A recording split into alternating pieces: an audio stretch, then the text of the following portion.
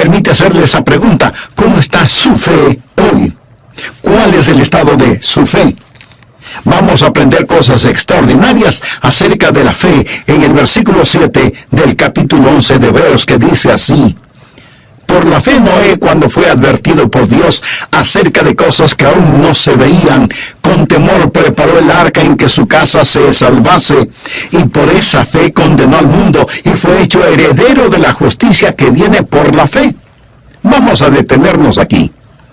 Le diré que yo creo, y espero que usted también lo crea, que la historia de Noé y el arca es real y no un mito. Es una historia verdadera. De hecho, los historiadores, arqueólogos y antropólogos nos informan que en todas las narraciones históricas del mundo antiguo hay un relato del diluvio. Por supuesto, la Biblia es precisa al respecto, mientras que otras historias sobre el diluvio han sido tergiversadas y mal interpretadas. Pero todas tienen sus raíces en un hecho literal, real. La prueba de que el diluvio fue real es que Jesús creía en ese evento. Jesús dice en Mateo 24:37, mas como en los días de Noé, así será la venida del Hijo del Hombre. Si Jesús lo creyó, yo no tengo ningún problema en creer en el diluvio y en el tiempo de Noé. Y a esta generación le quiero decir que mientras nos vanagloriamos de nuestros avances tecnológicos, alguien ha hecho notar que mientras el arca fue construida por aprendices neófitos, el Titanic fue construido por profesionales. Eso debería enseñarnos algo. Ahora, Noé pudo haber sido un aficionado en cuanto a construcción del arca, pero sin lugar a dudas fue tecnológicamente adelantado espiritualmente al confiar en el Señor. Hay extraordinarias ideas y verdades acerca de la fe en este capítulo 11 de Hebreos, en el cual se habla de los héroes de la fe. Hay 4 cosas que quiero dejar en su corazón relacionadas con la fe de Noé, y oro a Dios para que ellas mantengan su fe a flote, le ayuden a tener una fe insumergible en estos días convulsionados, porque así fue exactamente la situación de Noé y que lo convirtió en un héroe de la fe. Lo primero que quiero que note es lo que voy a llamar las advertencias que su fe creyó, las advertencias que su fe creyó. Leamos nuevamente el versículo 7. Por la fe Noé, cuando fue advertido de cosas que aún no se veían. Dios le advirtió a Noé acerca del diluvio, pero él nunca había visto un diluvio. Es más, Noé nunca había visto ni siquiera llover. Vayamos por un momento al libro de Génesis, capítulo 2. Habla del tiempo antes del diluvio y dice: y toda planta del campo antes que fuese en la tierra, y toda hierba del campo antes que naciese, porque Jehová Dios aún no había hecho llover sobre la tierra, ni había hombre para que labrase la tierra, sino que subía de la tierra un vapor, el cual regaba toda la faz de la tierra. Antes del diluvio no hubo lluvia, no llovía. La idea de la lluvia era totalmente extraña en la mente de Noé. No se diga cualquier tipo de diluvio. Dios regaba la tierra por medio de fuentes y ríos, la evaporación y condensación del rocío. Y algunos eruditos bíblicos creen que había una especie de enorme manto sobre la tierra que mantenía una temperatura constante, como si fuera un gigantesco invernadero. Así que Dios le advierte a Noé sobre algo que nunca había visto. Una advertencia de Dios. Noé tuvo la palabra de Dios. Deseo que recordemos un versículo que voy a mencionar muchas veces en nuestro estudio sobre la fe, aquí en el capítulo 11 de Hebreos. Ese versículo lo encontramos en Romanos 10:17. Así que la fe es por el oír, y el oír por la palabra de Dios. Ahora escúcheme con atención lo que le voy a decir. Sin una palabra de Dios, usted no puede tener fe. ¿Lo entendió bien? Y si a usted le gusta tomar notas, espero que haya anotado lo que acabo de decir. Sin una palabra de Dios sobre algún asunto, usted no tiene fundamento para una fe bíblica. Fe no es un salto en la oscuridad, es un paso en la luz de Dios. Usted debe escuchar de Dios. No es algo que usted lo nombra y lo demanda es algo que usted lo cree y lo recibe porque Dios lo ha nombrado y usted lo reclama. Esto es muy importante. Usted no lo nombra y lo demanda, usted lo cree y lo recibe porque Dios lo ha nombrado y usted lo reclama. Dios lo nombra, usted lo reclama. Esto nos trae Hebreos 11:1, en donde se describe lo que es la fe. Es pues la fe, la certeza de lo que se espera, la convicción de lo que no se ve. Quiero que recuerde que aquí la palabra esperar no significa quizás, tal vez, o desearía que. Esperar significa una seguridad sólida. La Biblia describe a la esperanza como el ancla del alma. Ahora, usted no asegura un ancla en una columna de humo, ¿verdad? Piénselo. La esperanza es el ancla del alma, es algo sólido, y la palabra certeza conlleva la idea de algo muy firme, sólido, debajo de nosotros, sobre lo cual podemos pararnos. ¿En dónde puede usted encontrar esa firme seguridad llamada esperanza? En la palabra de Dios. Dios habla. Usted me dice, pastor, yo no puedo tener la fe que Noé tuvo a menos que Dios me hable. ¿Cómo Dios se comunica conmigo? Amigo, me alegra que haya hecho esa pregunta. Voy a tratar de explicarlo. Dios comunica su palabra de dos maneras. Primero está lo que llamamos la palabra escrita. Es la palabra logos, en referencia a los 66 libros de la Biblia, que es la palabra de Dios. Una y otra vez se le llama a la Biblia la palabra de Dios. Significa la revelación total de Dios. Pero hay otra palabra traducida como palabra, y es la palabra rema. Y esta palabra significa expresión, manifestación. Eso es, no es solamente la palabra escrita, y no debemos despreciar la palabra escrita. No debemos dejar de apreciar la palabra escrita, pero rema es una palabra que explica que Dios se comunica personalmente con su corazón. Una palabra personal de Dios, una rema de Dios. Quiero darle algunos versículos en donde aparece esta palabra y es traducida como palabra. Efesios 6:17.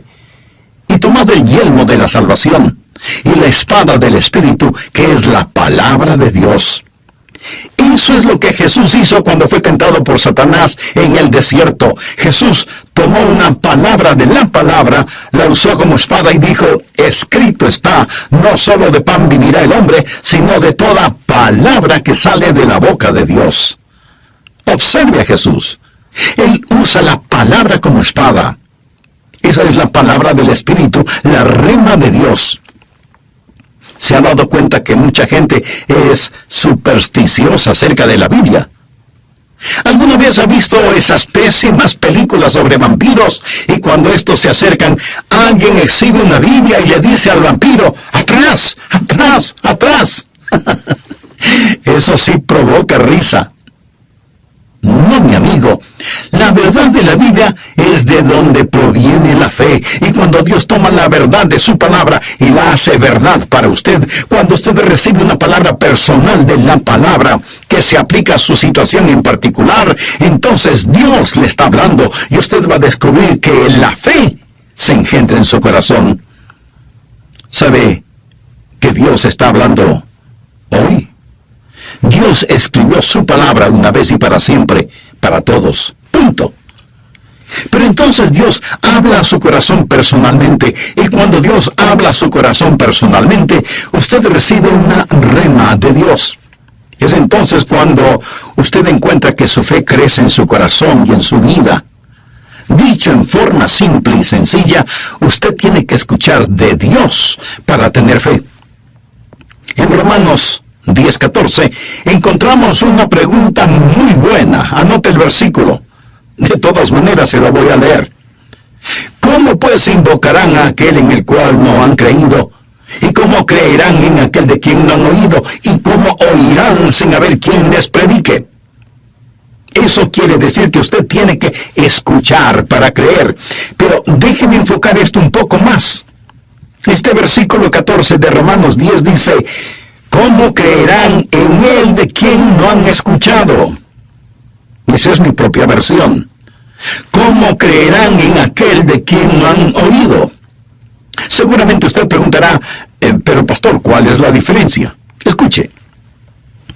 Una posible traducción es, ¿cómo creerán en él de quien no han escuchado? Pero la traducción literal dice, ¿cómo creerán en él a quien no han escuchado? ¿Se da cuenta?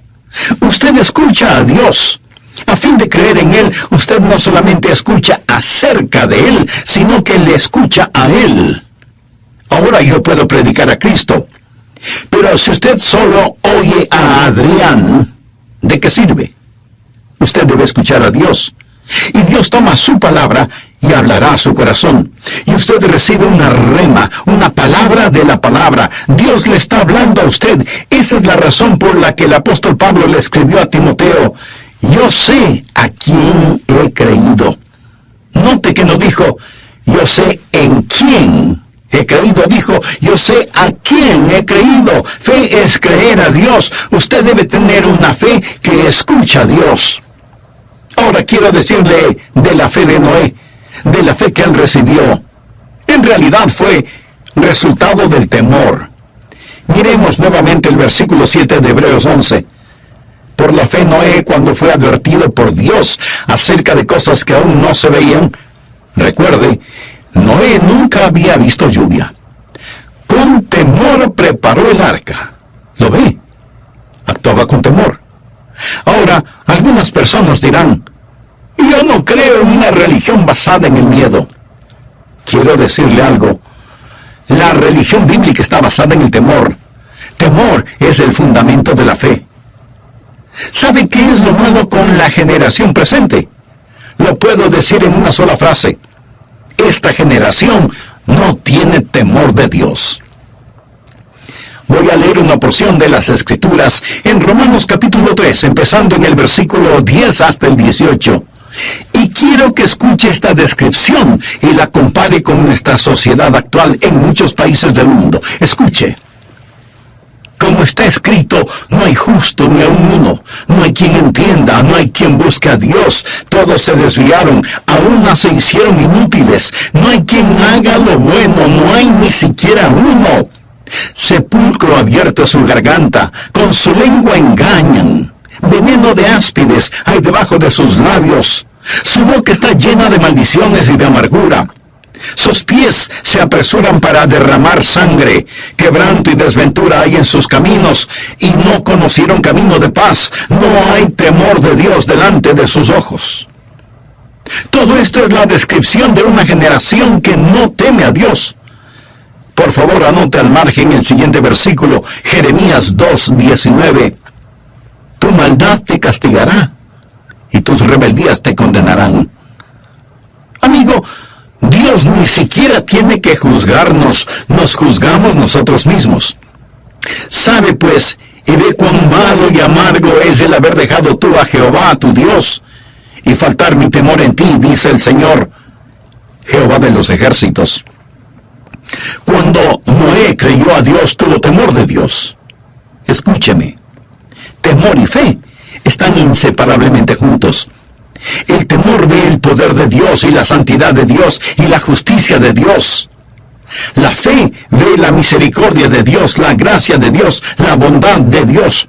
Por tanto, el temor de Dios no es un sobrecogedor terror de Dios. Es más bien el amor que está de rodillas. Permítame mencionar rápidamente 9 cosas que el temor de Dios hará en usted. En Proverbios 22:4 leemos, riquezas, honra y vida son la remuneración de la humildad y del temor de Jehová. El temor de Dios producirá en nosotros, primero, una vida santificada. Note lo que dice Proverbios 16:6. Con misericordia y verdad se corrige el pecado, y con el temor de Jehová los hombres se apartan del mal. Por el temor de Dios, los hombres se apartan del mal, por lo tanto, viven vidas santificadas. Segundo, conocimiento santificado.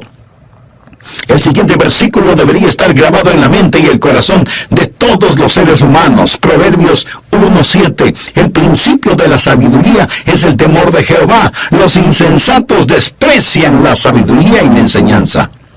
Tercero, la sabiduría santificada. Ahora veamos lo que dice Proverbios 9:10. El temor de Jehová es el principio de la sabiduría.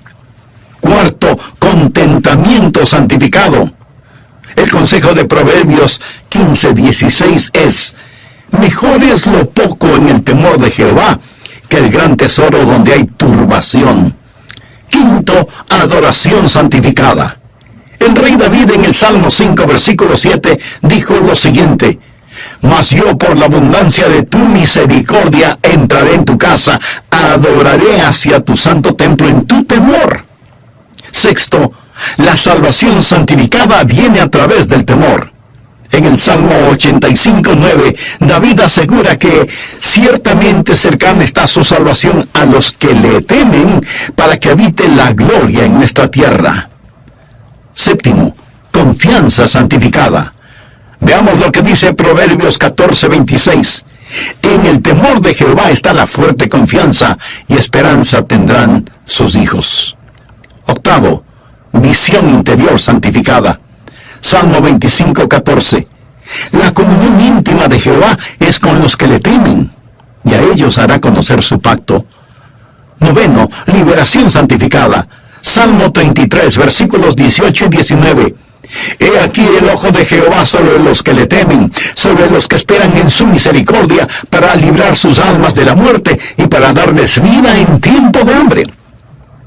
En la Biblia hay muchos versículos más que hablan de la amenidad, la felicidad y la bendición del temor. Noé fue un hombre de fe porque tenía temor de Dios. Por la fe Noé, cuando fue advertido por Dios acerca de cosas que no se veían, con temor preparó el arca.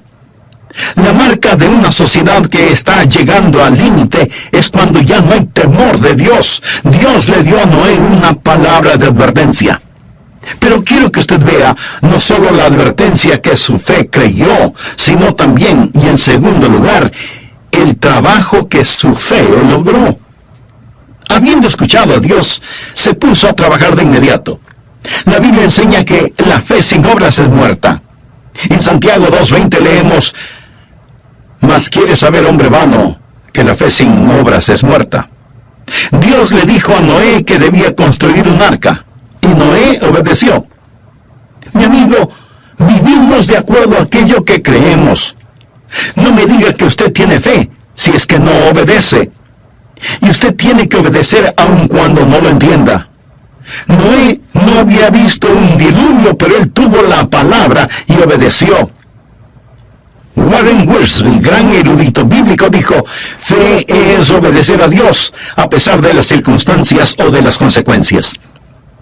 Ahora, si usted trabaja sin fe, eso es presunción. Si usted tiene fe sin obras, eso es pretensión. Fe y obras es poder. La fe sin obras es muerta. La verdadera fe es más que una creencia intelectual, es un creer que actúa. No es lo que come, sino lo que digiere, lo que le hace fuerte. No es lo que gana, sino lo que ahorra, que le hará rico. No es lo que lee, sino lo que recuerda, lo que hace de usted una persona preparada. No es lo que predica, sino lo que practica, que le hace un genuino creyente en el Señor Jesucristo. Antes de terminar este mensaje, permítame hacerle las siguientes preguntas. ¿Es usted un hombre de fe? ¿Es una persona que no solo predica, sino que practica lo que cree? ¿Cree usted en el Señor Jesucristo como su Salvador personal? ¿Ha abierto su corazón para recibir a Cristo? Si su respuesta es no a cualquiera de estas preguntas, no quisiera recibir a Jesucristo ahora mismo. Quiero empezar diciendo que Noé fue un hombre de fe y por lo tanto construyó el arca para la salvación de su familia. Algunos de ustedes van a perder a sus hijos porque su fe es simplemente una fe intelectual, una mera fe doctrinal. No es una fe viva y práctica que obedece a Dios. Y sus hijos ven esas diferencias, aunque usted no lo crea. Hay dos hombres en la Biblia que son verdaderos contrastes en mi mente. El uno es Noé y el otro es Lot. Lot es uno de los personajes bíblicos más miserables y sin embargo fue un hombre salvado. Usted puede leer la historia de este hombre en Génesis 19. Lot se fue a vivir en Sodoma, la más vil y pecaminosa ciudad sobre la faz de la tierra, y armó su tienda o carpa hacia Sodoma, y muy pronto estaba congraciándose con la gente de Sodoma. Comenzó a vivir en el compañerismo de los sodomitas. A lo mejor hasta desempeñó un cargo político en Sodoma. Dios habló con Lot y le advirtió en la misma forma en que advirtió a Noé. Dios le dijo: Lot, voy a destruir este lugar. Reúne a tu familia y sal de aquí. En la misma forma en que advirtió a Noé y a su familia. La Biblia dice que Lot, este mísero apóstata que se decía cristiano, fue y testificó a sus yernos, y ellos se burlaron de él. Se mofaron de él porque habían visto la forma en que vivía. El ángel le dijo a Lot: reúne a tu mujer y sal de aquí. La esposa de Lot estaba tan enamorada de esa ciudad tan vil y pecadora que se volvió para mirarla por última vez. La esposa de Lot fue transformada en una columna de sal. Lot tomó a sus hijas y huyó hacia las montañas, y allí se emborrachó y tuvo relaciones incestuosas con sus hijas. ¿Puede imaginarse eso? Lot salvó su alma, pero perdió su familia. Yo no quiero ir al cielo sin tener a todos mis hijos y mis nietos conmigo. Mi esposa y yo tenemos como práctica el orar por nuestros hijos y pedir que Dios los proteja y los bendiga. Oramos por ellos por la mañana y por la noche. Hace algunos años en oración yo le pedí a Dios: Dios, si alguno de mis hijos no es salvo, amado Padre, deseo que sea salvo. Yo no tenía ninguna razón para pensar, por lo menos externamente, que alguno de ellos no fuera salvo, pero no quería que tuvieran una religión de segunda mano. Ese domingo, cuando prediqué, mi querida hija Gail pasó al frente y me dijo: papá, no estoy segura de mi salvación y quiero estarlo. Quiero ser salva. Mi amigo, yo quiero a todos mis hijos en el arca. Noé con temor preparó el arca en que su casa se salvase. Ahora escúcheme, la religión que no comienza en el hogar, no comienza en ninguna parte. ¿Alguna vez he escuchado a alguien decir: bueno, es muy difícil el testificar a mi propia familia? ¿Sabe? Eso dice más de usted que de ellos. ¿Por qué le es difícil testificar a su familia? Porque ellos le conocen muy bien. Muchos de nosotros necesitamos ir y decirles: ¿podrían perdonarme por la clase de vida que he vivido delante de ustedes? No les testifique, simplemente pídales perdón. Reconozca frente a ellos que como creyentes su ejemplo ha sido muy pobre, negativo. Ellos observarán su manera de vivir por un tiempo y luego le dirán: sí, te perdonamos. Entonces más tarde usted les dice: ¿podrían perdonarme por algo más? Y ellos le dirán: bueno, ¿qué debemos perdonarte esta vez? Y usted responde: quiero que me perdonen el no haber compartido con ustedes la cosa más importante del mundo para mí. Me perdonan por no haber compartido a Jesús con ustedes. Mi amigo, esa es la puerta abierta para que usted comparta al Señor Jesucristo con sus seres amados. Noé tuvo la fe y esa fe estuvo allí para la salvación de su familia. Había un hombre poseído por demonios. Jesús lo sanó y el hombre quería seguir a Jesús. Pero note lo que Jesús le dijo. Busque el Evangelio de Marcos, capítulo 5, versículo 19. Mas Jesús no se lo permitió, sino que le dijo: vete a tu casa, a los tuyos, y cuéntales cuán grandes cosas el Señor ha hecho contigo y cómo ha tenido misericordia de ti. En tercer lugar, deseo que vea lo que voy a llamar la iniquidad que su fe percibió. Nuevamente veamos el versículo 7. Por la fe, Noé, cuando fue advertido por Dios acerca de cosas que aún no se veían, con temor preparó el arca en que su casa se salvase. Ahora, por favor, note lo que sigue. Y por esa fe condenó al mundo. Aquí está un hombre que vivió en una sociedad inicua. Así que no me diga que hoy usted no puede tener fe debido a los problemas sociales que tenemos en estos días. El mundo perverso en el cual Noé vivió practicaba una filosofía secular. El capítulo 6 de Génesis nos dice que todo designio de los pensamientos del corazón de ellos era de continuo solamente el mal. Y la palabra designio literalmente significa filosofías. Había una filosofía secular, como hoy en los colegios y universidades y en los editoriales de los periódicos y revistas. Los días de Noé fueron días de progreso científico. No piense que ellos araban con asadón. ¿Cómo le gustaría a usted construir un buque del tamaño de un transatlántico capaz de resistir la más furiosa tempestad que el mundo haya visto? Estaban construyendo grandes ciudades en esos días. En Génesis 4:17 leemos: y conoció Caín a su mujer, la cual concibió y dio a luz a Enoc, y edificó una ciudad. Edificó una ciudad. No que la gente tenía casas. Pero aquí está un hombre supermillonario que construyó una ciudad. En la actualidad vivimos en una época de progreso científico. Estoy maravillado de lo que podemos hacer en nuestros días. Hoy hablamos de clonación, de ingeniería genética, pero también experimentamos la vileza del Internet, que es una gran herramienta, pero muy peligrosa.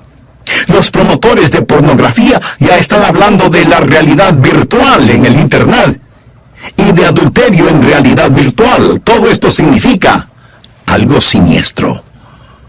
Los días de Noé fueron días de plagas sociales. Leamos Génesis 6, versículo 11. Y se corrompió la tierra delante de Dios, y estaba la tierra llena de violencia. Piensen en las plagas sociales en estos días. El terrorismo, la violencia, los secuestros, los raptos, los asesinatos inexplicables en las calles, en todas las ciudades del mundo. La violencia asesina por medio de los abortos. Sin embargo, Noé fue un hombre de fe. Él creyó a Dios a pesar de todo.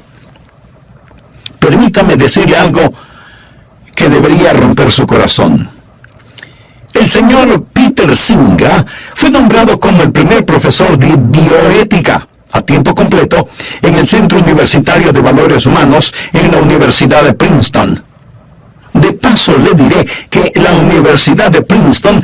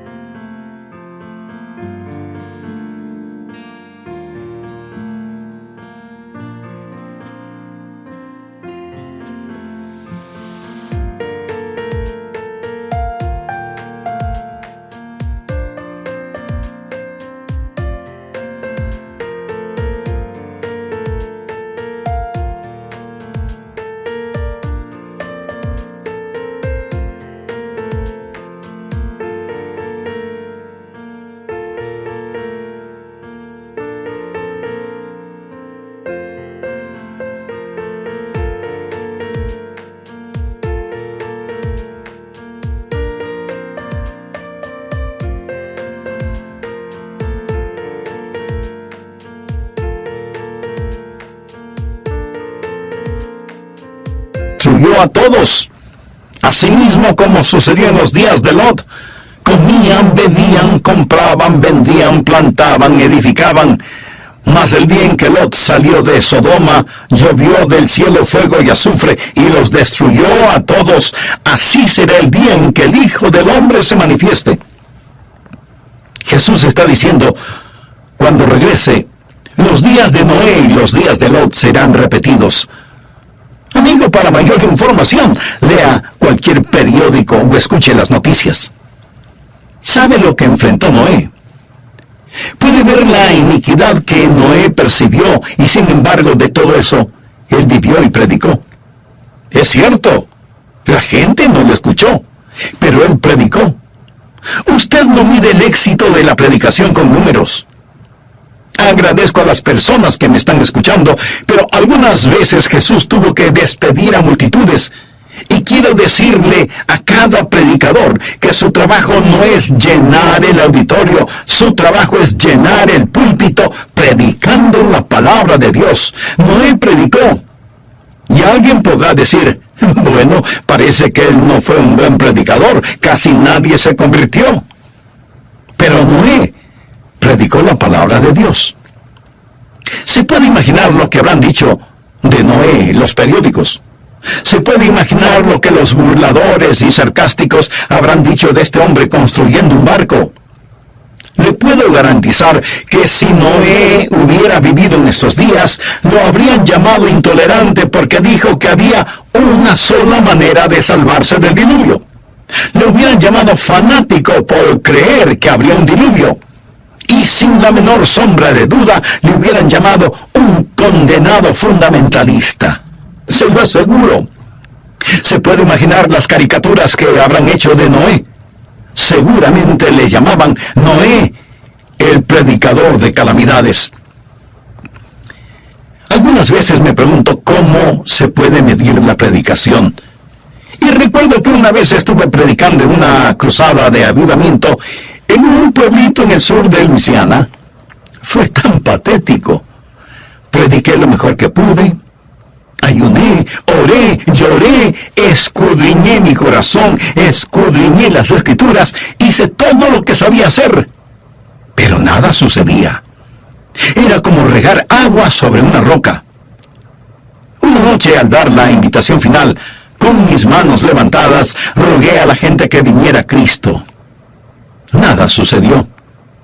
Entonces le dije al pastor de la iglesia, pastor, haga usted la invitación. Necesito sentarme, continúe usted. Y tomando mi Biblia me senté. La abrí y dije, Dios, necesito una palabra. No sé qué está mal. Necesito una palabra de tu parte. Y comencé a leer un versículo al azar, pero creo que fue guiado por el Espíritu. Y recibí una rema de la palabra. Dios me dijo en Ezequiel 3:7, mas la casa de Israel no te querrá oír porque no me quieren oír a mí. Y dije, oh Dios, gracias por mostrarme esto. Dios me lo mostró en un instante. Y me dijo, Adrián, ellos no te han rechazado a ti, me han rechazado a mí. Tú eres mi siervo. La única razón por la que no te escuchan es porque no quieren oírme. Y yo le dije, Señor, qué buen versículo. Dame otro más. Y otra vez con mis dedos recorriendo las páginas de la Biblia, me detengo en Ezequiel 2:5 y leo, ¿acaso ellos escuchen? Pero si no escucharen, porque son una casa rebelde, siempre conocerán que hubo profeta entre ellos. Piénselo. Dios dijo, sea que te escuchen o no, sabrán que hubo predicador entre ellos. Eso es lo que significa cuando la Biblia dice que en relación con Noé y por esa fe condenó al mundo. Uno de estos días tendrán que dar cuenta de eso. Nuestra generación también ha sido advertida.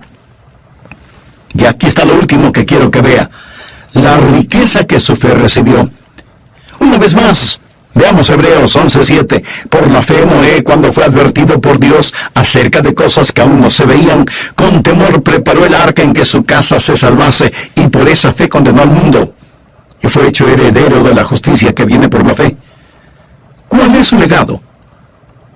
¿Cuál fue la riqueza que su fe recibió? Fue la justicia. Él fue hecho justo a los ojos de Dios por la fe. Recuerden lo que dice Hebreos 10:38, mas el justo vivirá por fe. Recibimos vida espiritual cuando recibimos a Cristo. ¿Cómo se salvó Noé?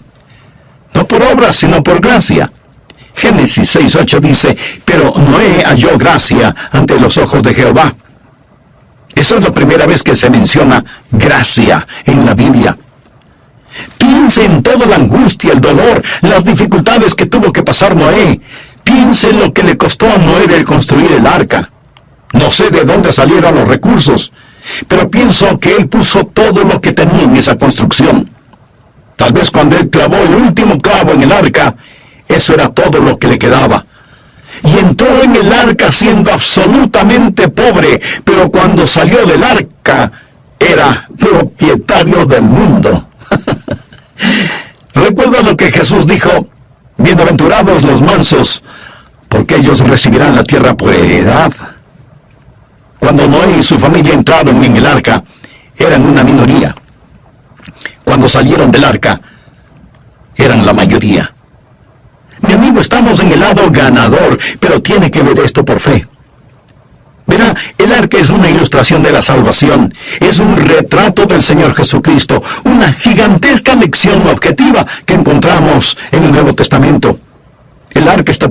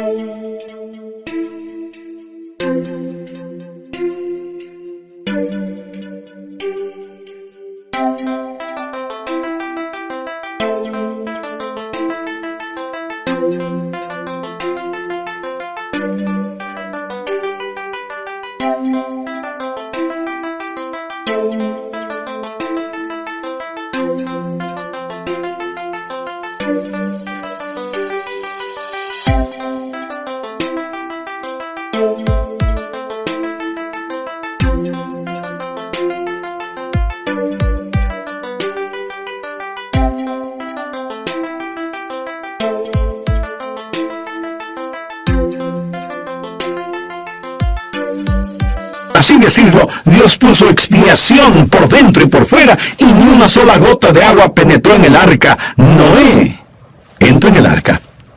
Es un retrato, mi querido amigo, de lo que sucede cuando usted viene a Cristo y Dios asegura la puerta. Usted está sellado en el Espíritu Santo de la promesa. Ni una sola gota de juicio tocará al Hijo de Dios, que es salvo en Jesús. Tenemos una salvación maravillosa. Tenemos un Salvador maravilloso. Amigo, permítame hacerle una pregunta.